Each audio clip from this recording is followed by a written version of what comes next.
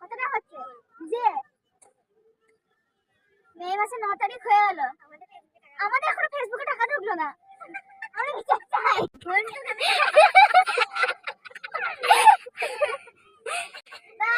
আমরা দেখো এখানে সবাই মিলে আন্দোলনে বসেছি, মানছি না, মানবো না,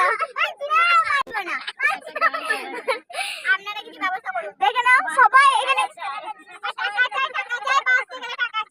এখানে কিন্তু সবাই বসে আছে আন্দোলনের জন্য। এবারে আপনারা কি বলছেন?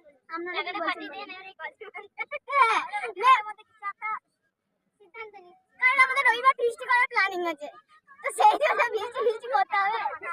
যাই হোক, মে মাসের 9 তারিখ হয়ে গেল, আমরা কিন্তু রাস্তায় ধর্মঘট করবো এবারে, যদি ফেসবুক সরকার আমাদেরকে টাকা না দিয়েছে।